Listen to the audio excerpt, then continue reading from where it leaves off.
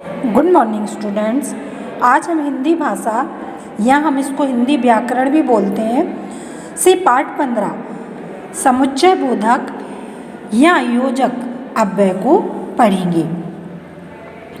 सबसे पहले मैं आपको इसके बारे में बताती हूँ कि समुच्चय बोधक शब्द जो होते क्या हैं। समुच्चय बोधक शब्द जो हैं दो वाक्यांशों या दो से अधिक वाक्यांशों को आपस में जोड़ने वाले शब्द समुच्चय बोधक शब्द कहलाते हैं। जैसा कि ये लिखा है योजक, इनको हम योजक शब्द भी कहते हैं या योजक भी बोलते हैं। ये दो वाक्यांशों को या दो शब्दों को आपस में जोड़ते हैं। अब आप इसको देखिए, समुच्चय बोधक शब्द की परिभाषा या समुच्चय बोधक शब्द की क्या है परिभाषा। जो अव्यय अवकारी दो या दो से अधिक शब्दों, पदबंधों, वाक्यांशों या वाक्यों को आपस में जोड़ते हैं उन्हें समुच्चय बोधक या योजक अव्यय कहते हैं। अब जैसे इसमें देखिए उदाहरण के लिए पहला पाठ याद करो या दूसरा, तो इसको दो शब्द वाक्यों को क्या किया है, उसने जोड़ा है। वंदना और अर्चना सहेली हैं, तो इसको क्या किया, वंदना और अर्चना को जोड़ दिया है। दोनों क्या है, सहेली है। इसी प्रकार से जल्दी करो नहीं तो देर हो जाएगी। क्या है, एक शब्द इसमें एक वाक्य जल्दी करो, क्या है एक वाक्य जल्दी करो, और दूसरा क्या है इसमें नहीं तो देर हो जाएगी या देर हो जाएगी। ये दोनों को जोड़कर आपका क्या बन गया, समुच्चय बोधक। ये समुच्चय बोधक भी कह सकते हैं हम इसको, या योजक भी बोल सकते हैं। अब आप इनको पहचानेंगे कैसे, जैसे इन वाक्यों में या और तो शब्दों ने दो शब्दों और दो वाक्यों को जोड़ने का काम किया है, अतः ये क्या हुए, समुच्चय बोधक अव्यय हुए, या सब योजक भी कह सकते हैं या योजक हुआ। इसमें क्या आता है, या और तो, क्या है या और तो।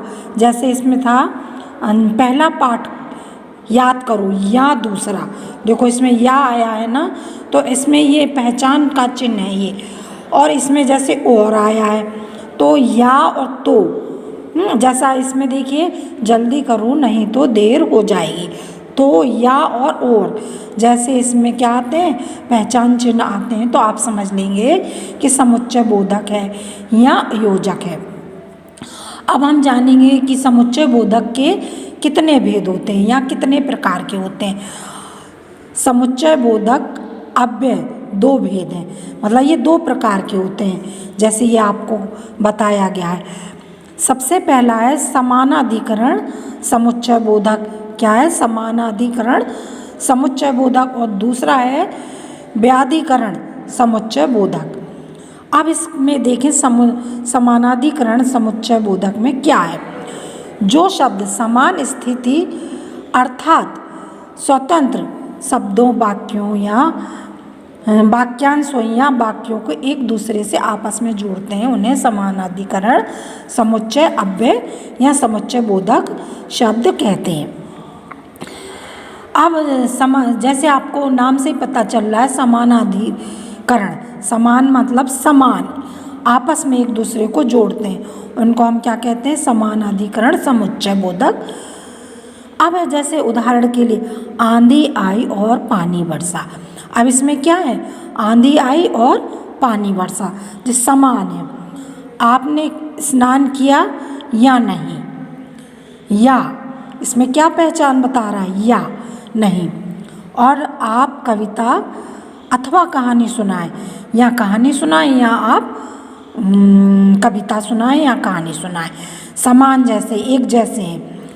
अब इन वाक्यों में, अब इसको पहचान की क्या चिन्ह है, इन वाक्यों में और या अथवा समानाधिकरण समुच्चय बोधक अव्यय है। अब जैसे क्या है, या तो इसमें या का बोध होगा और अथवा का, क्या है इसमें और या अथवा, और या अथवा, ये सब क्या है, समानाधिकरण समुच्चय बोधक अव्यय है। अब इसमें आप देखिए समानाधिकरण में भी कितने प्रकार के होते हैं। इसमें भी समानाधिकरण संयोजक, नंबर 1 संयोजक, नंबर 2 विभाजक, विरोध सूचक, अगला है परिणाम सूचक। ये कितने प्रकार के हो गए समानाधिकरण? 4 प्रकार के। कितने प्रकार के हो गए? 4 प्रकार के। नंबर 1 संयोजक, नंबर 2 विभाजक, नंबर 3 विरोध सूचक, नंबर 4 परिणाम सूचक। ये समानाधिकरण के भेद हैं या प्रकार हैं कि कितने प्रकार के होते हैं। अब यह है संयोजक अव्यय। संयोजक अव्यय क्या है?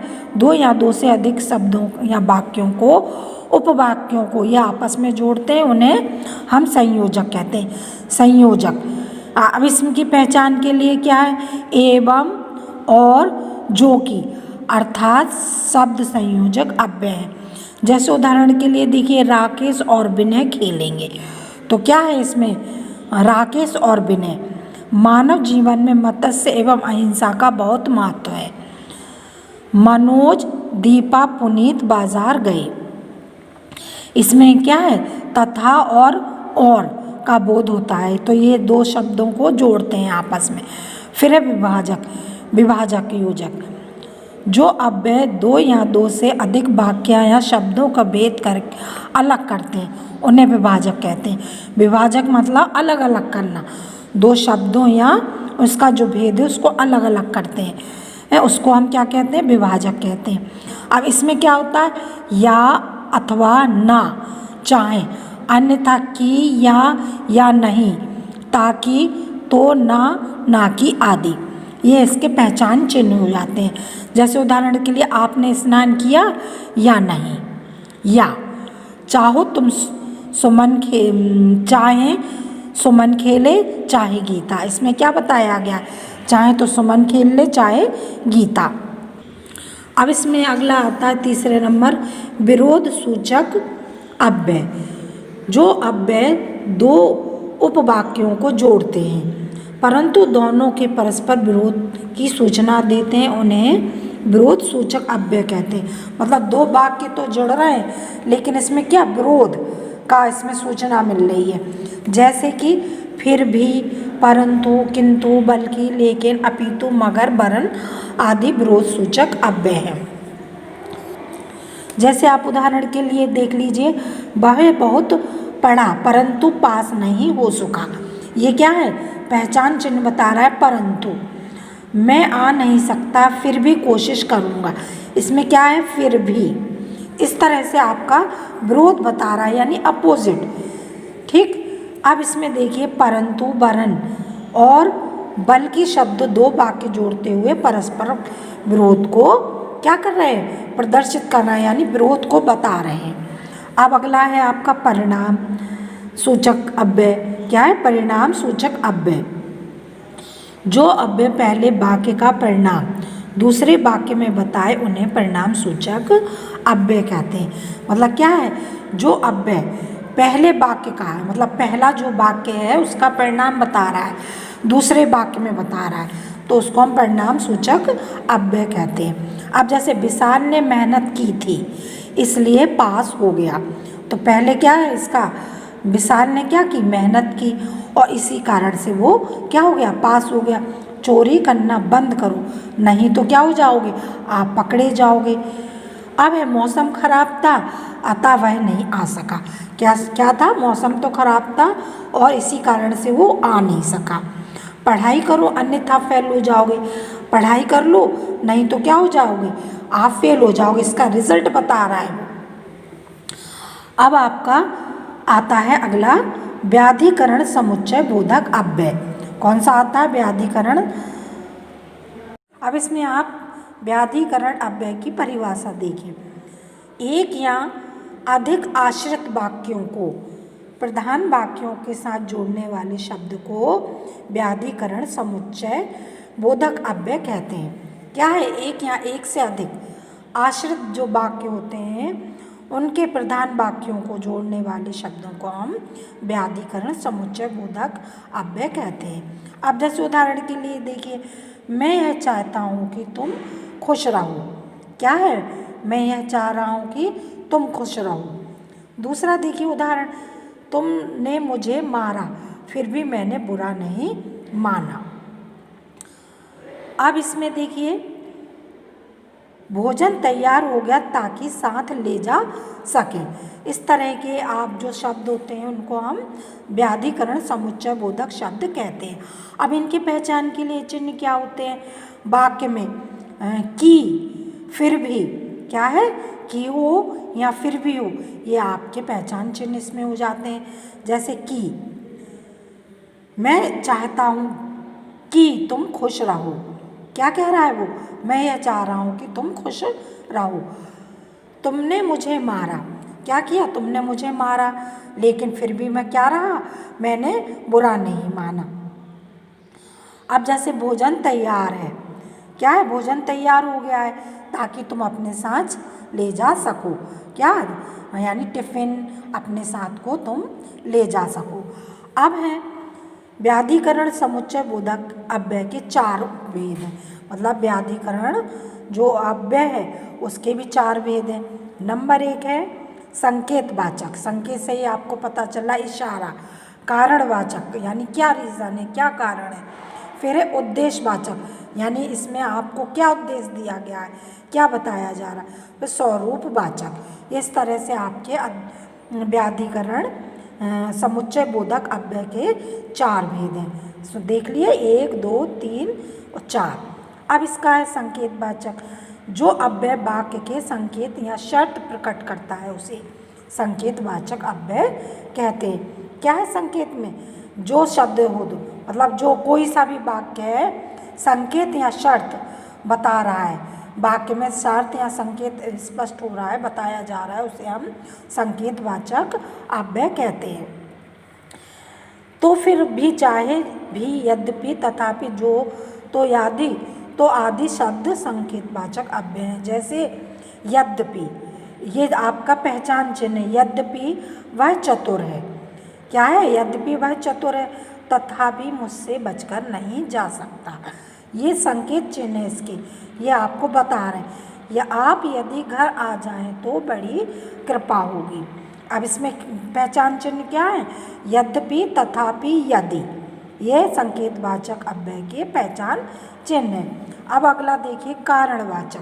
क्या है? कारणवाचक अव्यय। जो अव्यय दूसरे उपवाक्य में प्रथम उपवाक्य का कारण प्रकट करता है उसे कारणवाचक अव्यय कहते हैं। अब इसमें पहचान के लिए क्या है? क्योंकि, कि, जो कि। इसमें क्योंकि, जो कि है या कि आता है तो उसको हम कारणवाचक अव्यय कहते हैं। ये पहचान के लिए, जैसे उदाहरण में, मैं यहाँ इसलिए आया कि आपको निमंत्रित कर सकूं। अब मैं घर जा रहा हूँ क्योंकि मेरी तबीयत ठीक नहीं है। देखो, क्योंकि और कि आया है, तो इन वाक्यों में कि या क्योंकि कारणवाचक अव्यय हो जाता है। अब है आपका उद्देश्यवाचक, यानी उद्देश्य देना। जो अव्यय दूसरे उपवाक्य से पहले उपवाक्य का उद्देश्य प्रकट करता है। मतलब पहला जो उपवाक्य है तो वो दूसरे, मतलब जो दूसरा उपवाक्य है वो पहले उपवाक्य का उद्देश्य प्रकट कर रहा है, तो उसे हम उद्देश्यवाचक अव्यय कहते हैं। अब जैसे देख लिए, इसलिए कि, जो कि। इसमें भी क्या है? इसलिए कि, जो कि प्रताप सो गया था जिससे यात्रा की थकावट दूर हो। क्या है? जिससे। इसमें पहचान चिन्ह है इसलिए, कि, जो कि और जिससे या जिसमें। अब दूसरा है, वह घर जल्दी पहुंचना चाहता है ताकि अपने नाना से मिल सके। अब इसमें पहचान चिन्ह क्या है? जिसमें और ताकि।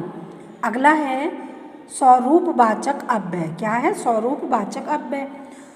जो अव्यय शब्द वाक्य के उपवाक्य से पहले आकर पहले उपवाक्य का स्पष्टीकरण करता है उसे स्वरूपवाचक अव्यय कहते हैं। जैसा कि, जो, अर्थात, यानी, मानो। ये इसके क्या पहचानने के चिन्ह हैं। जैसा कि आप जानते हैं वह रचना कवि नीरज ने लिखी। जैसा कि। क्या है? जैसा कि रावण को दशानन अर्थात 10 सिर वाला कहते हैं। अर्थात रावण जो है 10 सिर वाला है, तो अर्थात दशानन है। अब जैसे चतुरानन 4 भुजाओं वाला, अर्थात 4 भुजाओं वाला, इसमें अर्थात पहचान बता रहा है। ठीक है। अब इस प्रकार से इन वाक्यों में जैसा कि अर्थात पहले शब्द पहले उपवाक्य का भाव या अर्थ स्पष्ट करने के लिए प्रयोग किए गए हैं। क्या प्रयोग किए गए हैं? अर्थात और जैसा कि, ये शब्द जो बताए गए हैं इसका पहले उपवाक्य का भाव है, स्पष्ट बता रहा है। ठीक है। इस तरह से ये आपका लेसन समाप्त हुआ। आप इसको पढ़ें और तैयार करें। अब आप इसमें पाठ 15 समुच्चय बोधक या योजक अव्यय से अभ्यासार्थ प्रश्न को आप जानेंगे। सबसे पहले इसमें दिया है उपयुक्त समुच्चय बोधक शब्दों से रिक्त स्थान भरिए। आपको मैंने पाठ पढ़ाते टाइम बताया वरना, और, अर्थात, या, इसलिए हैं, ये सब क्या है? समुच्चय बोधक शब्द हैं। आपको इनको उपयोग में लाते हुए इनको 2 वाक्यों में जोड़ते हुए प्रयोग करना है। अब जैसे विनय खाली जगह श्याम दोस्त है, तो मैंने पाठ के टाइम बताया था, आपको पढ़ाते वंदना और सीता सहेली हैं, उदाहरण के रूप में बताया था। इसी तरह से आप इसमें क्या लिखेंगे खाली स्थान में? और, तो विनय और श्याम दोस्त हैं। अब खा नंबर देखिए, तुमने दूध पिया खाली जगह चाय। तो अब 2 ऑप्शन इसमें दिए गए हैं कि तुमने दूध पिया कि चाय, तो आप क्या लिखोगे खाली स्थान में? दूध पिया या चाय। तो का क्या हो जाएगा समुच्चय बोधक शब्द? या। तो ठीक है। अब गा नंबर देखिए, सच खाली जगह झूठ का फैसला अदालत करेगी। तो खाली स्थान में क्या आएगा? और, सच और झूठ का फैसला अदालत करेगी। अब घा देखिए, तुम यह काम कर रहे हो खाली जगह मैं जाऊं। तो क्या तुम ये काम कर रहे हो खाली स्थान में आएगा या मैं जाऊं। अब इस प्रकार से आपका खाली स्थान भर गए। अब दूसरा नंबर का प्रश्न देखिए, निम्नलिखित वाक्यों में से समुच्चय बोधक अव्यय छांट कर लिखें। अब आपके ये जो वाक्य दिए हैं सेंटेंस, तो इसमें से आपको समुच्चय बोधक शब्द को बताना है। मुझे घड़ी या मोबाइल चाहिए, तो समुच्चय बोधक क्या है? या। क्या आ जाएगा? या। ठीक। अब है वह गरीब है परंतु ईमानदार है, तो इसमें समुच्चय बोधक क्या है? परंतु। तो ये आपका परंतु आ गया। बिल्ली आई तो चूहे छिप गए। अब क्या है? बिल्ली आई तो क्या हो गया इसमें समुच्चय बोधक? आई तो। ठीक है। अब अगला है घ, आप चाय लेंगे अथवा कॉफ़ी, तो अथवा भी क्या है? समुच्चय बोधक है, तो यहाँ आपका अथवा आ जाएगा। पेन लेना है इसलिए यहाँ आई हूँ, तो इसलिए क्या है? समुच्चय बोधक है, तो ये आपका इसलिए भर जाएगा यहाँ पर। अब अगला देखिए प्रश्न नंबर 3। प्रश्न नंबर 3, निम्नलिखित समुच्चय बोधक शब्दों का वाक्यों में प्रयोग कीजिए। आपको ये जो समुच्चय बोधक शब्द दिए हैं इसलिए, परंतु, मानो, अतः, आपको इसमें वाक्य प्रयोग बनाना है। इसलिए क्या है? इसलिए देखो इसका तो पहला यही है, पेन लेना है इसलिए यहाँ आई हूँ, तो ये यहाँ क्या हो जाएगा? पेन लेना है इसलिए यहाँ आई हूँ, हो गया वाक्य प्रयोग। अब है परंतु। क्या है? परंतु देखो इसमें भी ये दिया है, वह गरीब है परंतु ईमानदार है, तो देखो वह गरीब है परंतु ईमानदार है। मानो, अब यहाँ है आप मानो या नहीं। अब ऐसे भी कह सकते हैं आप मेरी बात मानो या नहीं। अब अगला है अतः, मौसम खराब था अतः वह नहीं आ सका। फिर से सुन लें, मौसम खराब था अतः वह नहीं आ सका। अब इसमें देखिए आगे, वरना, जल्दी करो वरना देर हो जाएगी। क्या है, जल्दी करो वरना देर हो जाएगी। अब अर्थात, अर्थात पहले आप इसको ध्यान से सुनते चले। रावण को दशानन, क्या है, रावण को दशानन अर्थात 10 सिर वाला कहते हैं। देखिए आपने, आपको ये उदाहरण में भी दिया है, रावण को दशानन अर्थात 10 सिर वाला कहते हैं। तो अर्थात का वाक्य प्रयोग हो गया।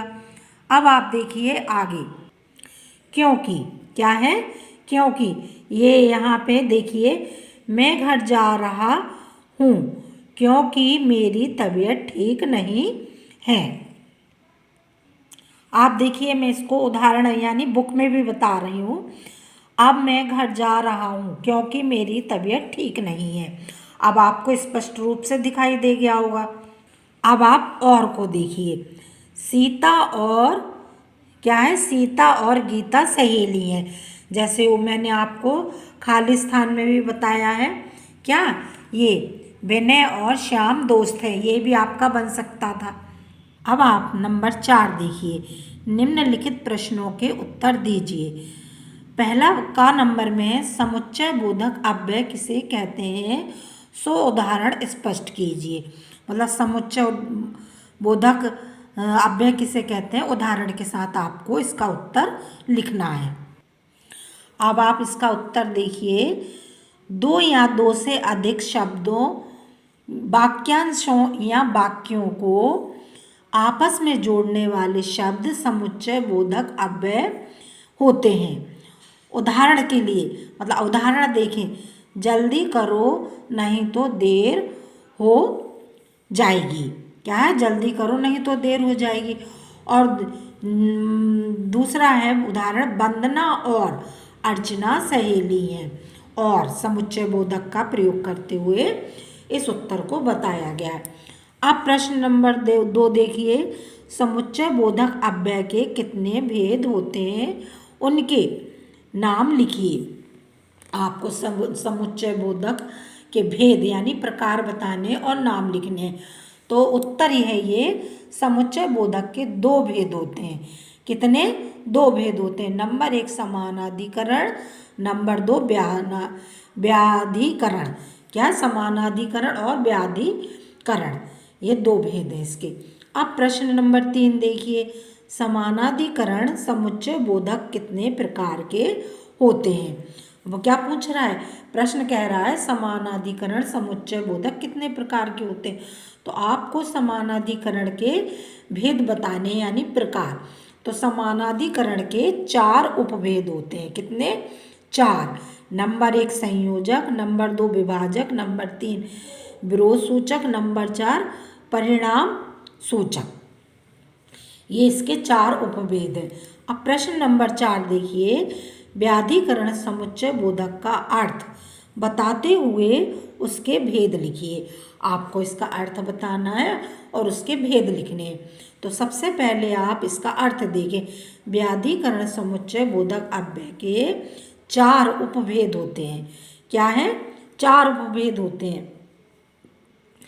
और व्याधिकरण के 4 उपभेद हैं। अब आपको इसमें सबसे पहले क्या बताना है, इसका अर्थ बताना है। किसका, व्याधिकरण का। आप इसका अर्थ किताब से भी देख लें। यह व्याधिकरण समुच्चय बोधक, इसका अर्थ है ये, एक या अधिक आश्रित वाक्यों को प्रधान वाक्यों के साथ जोड़ने वाले शब्द को व्याधिकरण समुच्चय अव्यय कहते हैं। अब जैसे ये कितने प्रकार के होते हैं ये बताना है आपको। नंबर 1 संकेतवाचक, नंबर 2 कारणवाचक, नंबर 3 उद्देश्यवाचक, नंबर 4 स्वरूपवाचक। ठीक है, आपको मैंने इसका अर्थ और इसके उपभेद बताए। अर्थ फिर से सुन सकते हैं आप। व्याधिकरण समुच्चय बोधक अव्यय किसे कहते हैं, एक या, अर्थ सुने, फिर से सुन लें, एक या अधिक आश्रित वाक्यों के प्रधान वाक्यों के साथ जोड़ने वाले शब्द को व्याधिकरण समुच्चय बोधक अव्यय कहते हैं। और इसके 4 उपभेद हैं। कितने, 4 नंबर 1 संकेतवाचक, नंबर 2 कारणवाचक, नंबर 3 उद्देश्यवाचक, नंबर 4 आपका है स्वरूपवाचक। इस प्रकार से ये आपका पूरा लेसन